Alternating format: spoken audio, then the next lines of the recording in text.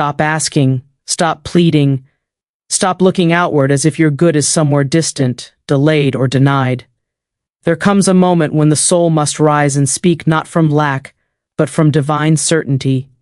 A moment when you no longer whisper your desires like a beggar at the door of life, but declare your truth as one who already owns the treasure within. This is that moment. This is the shift. And the shift is carried in 3 simple words. It is done. Not it will happen. Not I hope it comes. Not maybe someday. Those are the echoes of doubt, and doubt delays the manifestation of your good. The universe does not respond to hesitation, it responds to conviction. When you say it is done, you are stepping into a higher law, a law that exists beyond time, beyond circumstances, beyond visible evidence. You are aligning with a reality where your desire is already fulfilled. You must understand that all things are created first in the unseen. The visible world is only a shadow, a reflection of what has already been accepted as truth in the invisible realm. When you keep asking, you are unknowingly affirming that you do not yet have. And what you affirm, you perpetuate. Asking keeps the desire in a state of distance. Declaring brings it into presence. It is done. It is done. It is a command. It is a spiritual agreement. It is the closing of the gap between desire and fulfillment. When these words are spoken with faith, with calm authority, without strain or fear, they move unseen forces into action. Doors begin to open, ideas begin to flow, opportunities begin to align in ways you could never have planned through logic alone. There is no need to struggle, no need to chase, no need to force. The moment you truly accept that it is done, your energy changes. You walk differently, you think differently, you expect differently, and life must mirror that expectation. For life is not happening to you, it is responding to you. Many people delay their own abundance because they are addicted to effort. They believe that if it feels easy, it cannot be real. But the highest law does not operate through strain. It operates through alignment. When you are aligned, what you need flows to you without resistance. Money, opportunities, connections, all are drawn by your inner state, not by outer struggle. So if you desire $100,000 this April, you must stop treating it as something far away. You must stop calculating how it will come, or worrying whether it is possible. The how is not your responsibility. The when is not your burden. Your only task is to accept the end as already achieved. Close your eyes and feel what it means to have it now. Feel the relief, the gratitude, the certainty. Not excitement mixed with fear, but calm knowing, the kind of knowing that requires no proof. And then speak the words, "It is done." Speak them once and let them settle into your being. Do not repeat them in desperation. Do not turn them into a chant of anxiety. Speak them as a final decision. From that moment forward, refuse to contradict your declaration. If doubt appears, do not fight it, but do not entertain it either. Simply return to the truth, it is done. If circumstances look unchanged, do not react. Appearances are always the last to shift. Stay rooted in the unseen reality you have claimed. You are not trying to get something. You are recognizing something that already exists for you. Your good is not created by effort, it is revealed by belief, and belief is not forced, it is chosen. There is a power within you that knows no limitation, no delay, no lack. When you speak from that power, life rearranges itself to match your word. Not slowly, not reluctantly, but precisely and inevitably. Stop asking. Asking implies separation. Declaration creates union. Say the 3 words and mean them with quiet authority, it is done. To declare is to rise into authority, to stand in the quiet certainty that what you speak is already established in a higher realm, even if it has not yet taken visible form. Asking, on the other hand, places you in a position of separation, as though what you desire exists outside of you, withheld, distant, or controlled by conditions beyond your reach. The difference between the two is not merely in words, but in consciousness. One speaks from lack, the other from fulfillment. One waits, the other receives. When you ask, you unknowingly affirm that you do not yet have. You repeat the absence. You energize the very condition you wish to escape. Every plea carries within it the vibration of not having, and life, being a perfect mirror, reflects that vibration back to you with unwavering accuracy. This is why so many remain in cycles of wanting without receiving, hoping without experiencing, seeking without finding. They are sincere, they are determined, yet they are aligned with the state of lack through the habit of asking. To declare is to step out of that cycle completely. It is to claim your good as already secured, already assigned, already present in the unseen. A declaration does not beg, it does not negotiate, it does not doubt. It simply states what is true from a higher perspective. When you say that something is yours, with calm assurance and without inner contradiction, you are impressing that truth upon the deeper levels of your mind, and it is there that creation begins. There is a profound stillness in true declaration. It is not loud or forceful, it does not need repetition born from fear. It carries a sense of finality, like a decision that has already been made and cannot be undone. In that stillness, the mind ceases its restless searching, the heart releases its tension, and in that release, space is created for your good to appear. Many struggle with this shift because they have been taught to rely on effort, to measure progress through visible signs, to believe that nothing is real until it can be seen or touched. But the deeper law does not operate in that way. What is seen is always the result of what has already been accepted within. The outer world is delayed, but it is faithful. It cannot help but reflect the dominant state of your inner being. When you declare, you are choosing that state deliberately. You are no longer reacting to appearances, you are directing them. You are no longer waiting for evidence, you are becoming the evidence. This requires a kind of inner discipline, not of struggle, but of awareness.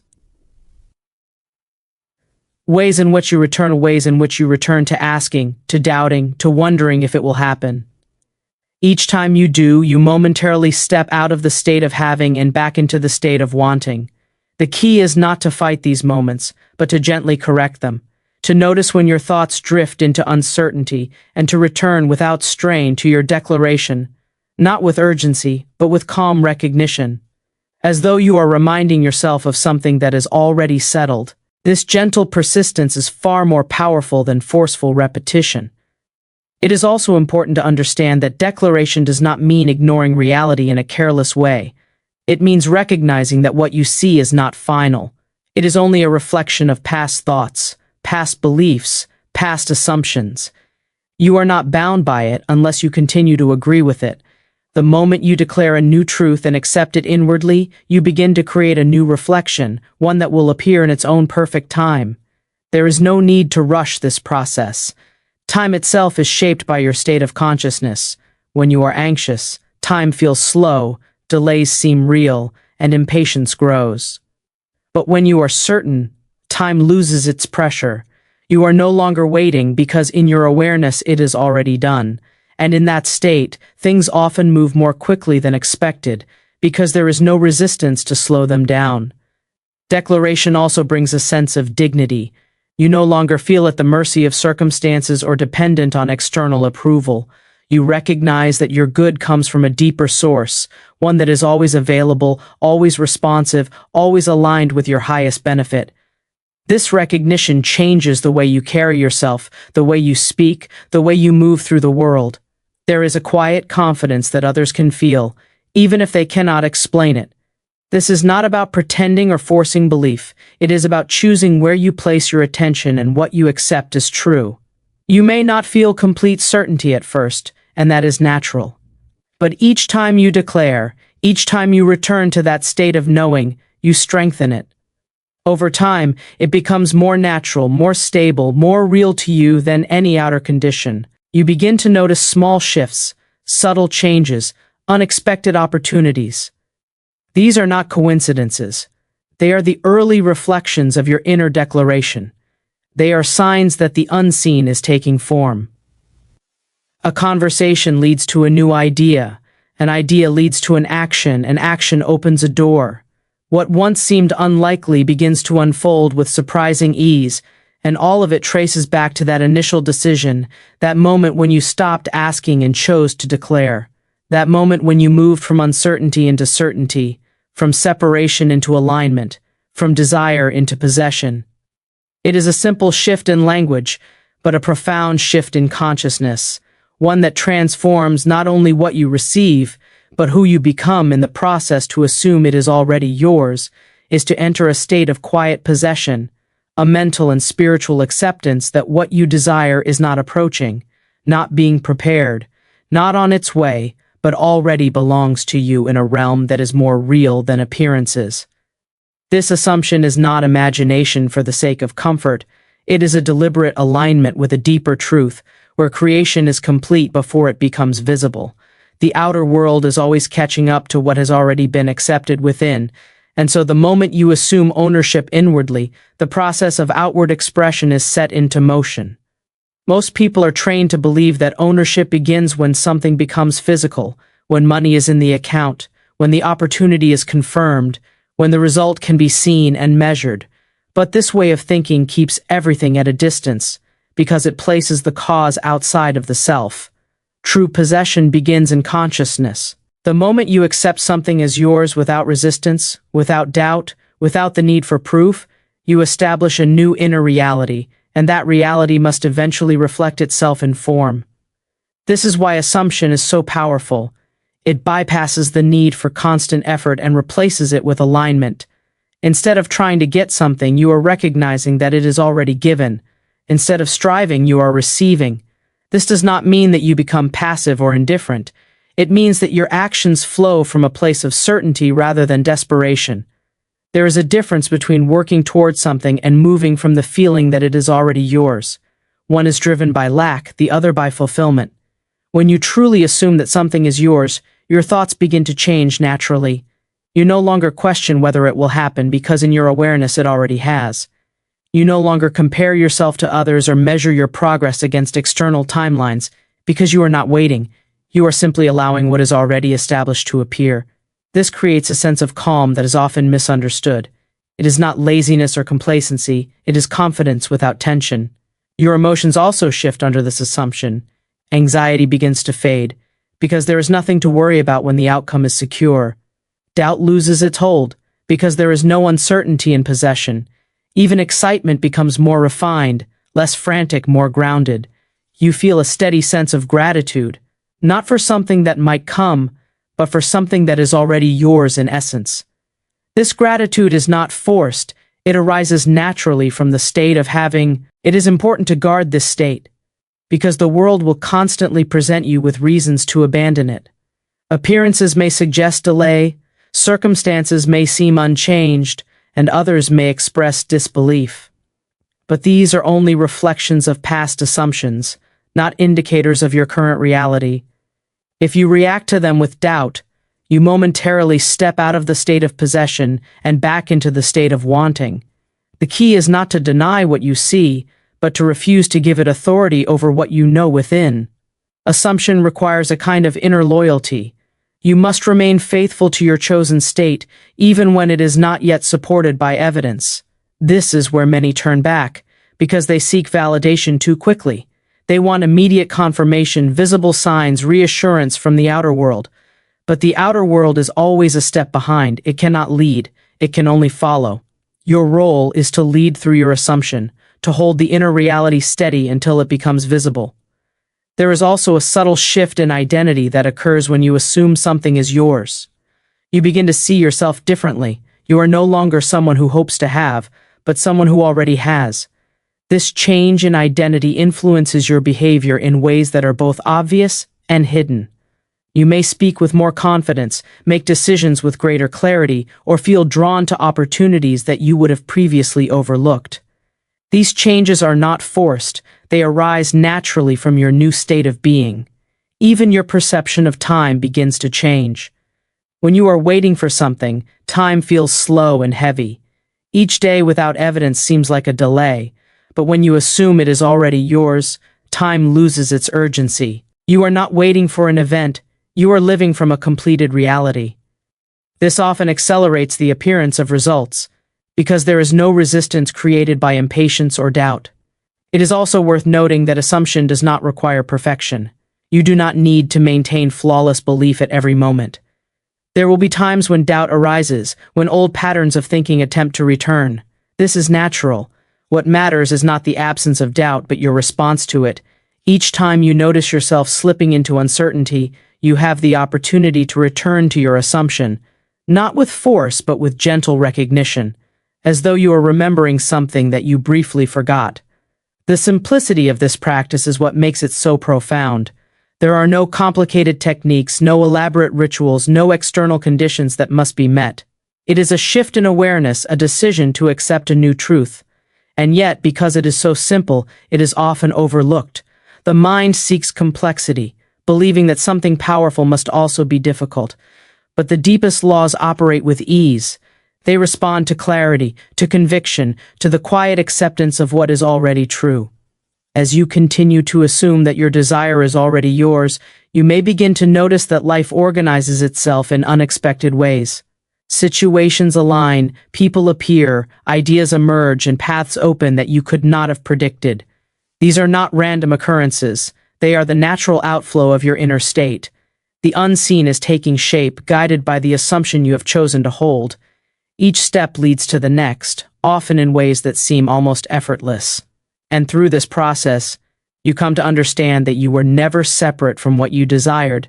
The sense of separation was created by doubt, by the habit of looking outward for confirmation. When you assume ownership, that separation dissolves. You are no longer reaching for something beyond yourself. You are acknowledging something within yourself.